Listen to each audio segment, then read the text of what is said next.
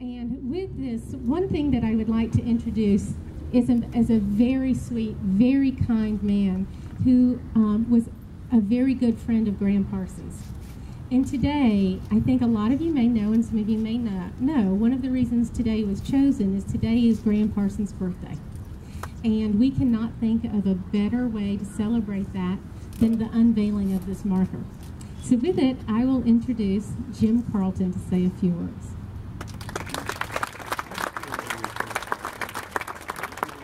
Thank you, Anita. I thought this was a Tony Robbins seminar, to tell you the truth. I wrote some notes, and thank you. The last time I was this happy about anything, there was a home pregnancy test involved. So I would also like to thank Mayor Birdsong, our employee of the month. How many months in a row, Mayor? You have a great place to park. Thank you very much for the kind words. I am indeed happy, and I know Graham would be thrilled about knowing that this venue that was created for him will sustain a long-lasting memory, and it's going to give people a place to nurture and empower talent. George Burns said that you have to have a place, in show business you have to have a place to be bad. Now, I'm not casting aspersions at all, but this is a place, the beauty of this venue is the fact that people will have a stage on which to develop their talent, regardless of where they are on the artistic path.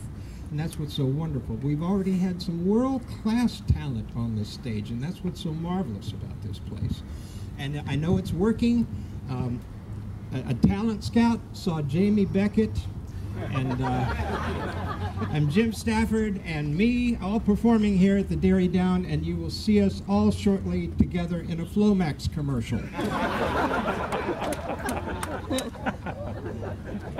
That's not a joke. Yes, it is.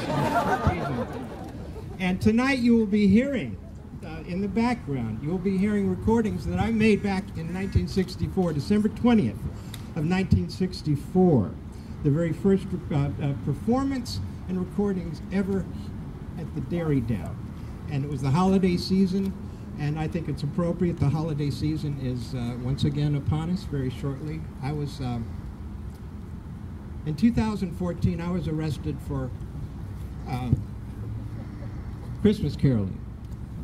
Jim, how did you get arrested for Christmas caroling? Well, I should have gone with a group of people.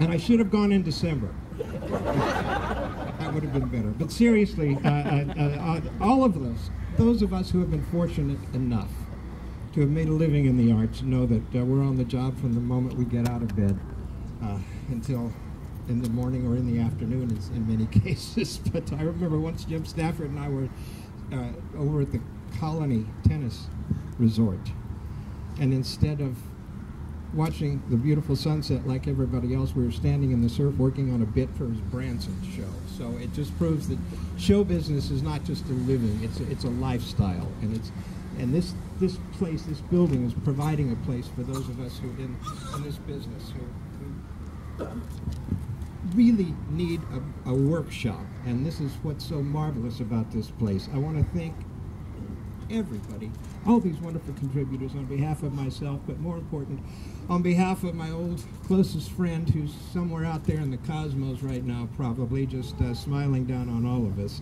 I know I'd like to extend a big thank you to everyone who's contributed to this extraordinary and altruistic project, and it's just made me so happy and so proud to call Winter Haven my hometown. I grew up here, and I'm a Blue Devil and will always forever remain a Blue Devil, and this makes me so proud and happy, and I thank you all. Thank you so much.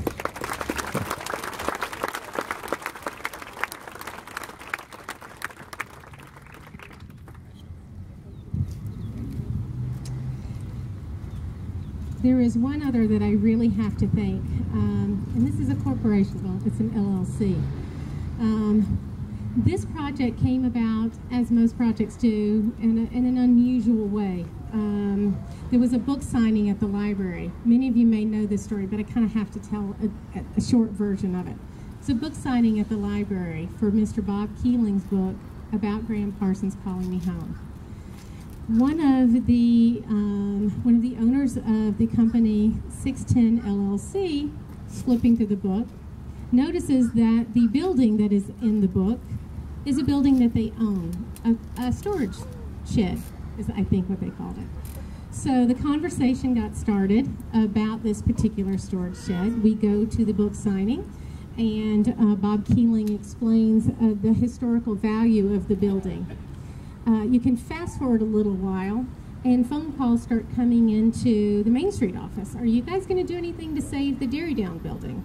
Well, I'm sorry, we'll see what we can do, and you have that little conversation. And a few months later, a wonderful gentleman in the front row here, Mr. Gene Owen, comes to visit me many times. Basically, Gene Owens and Mr. Bob Keeling wore me down. And not only wore me down, they wore down 610 and said, we've got to do something to save the building. And the conversation got started on how that would happen, and 610 was kind and generous enough to make that investment in the community and donate the building to Main Street so that we could start this project. So I would have to say thank you very, very much to 610 for having this vision and for allowing it to happen. Music thanks you.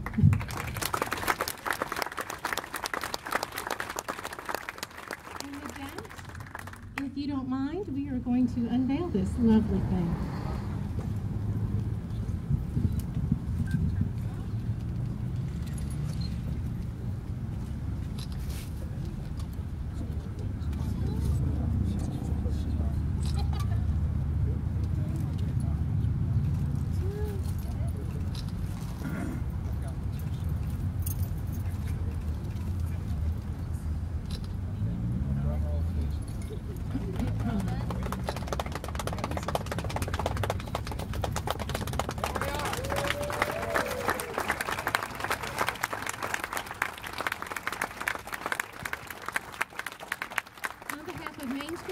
And the Derry Down project, we could not thank you enough for your support, and we are definitely going to need it because that building needs air conditioning and bathrooms.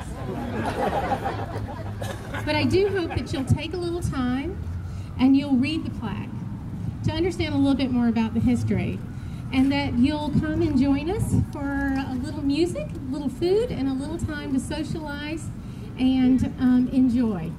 So thank you all very, very much for coming. We appreciate each and every one of you. Thank you.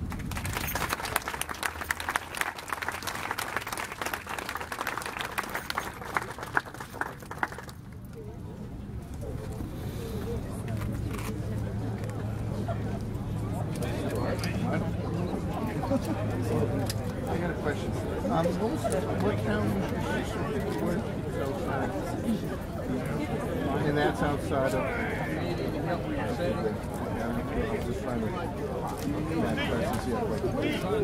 I'll be up there. It's always the first weekend in June. Oh, yeah.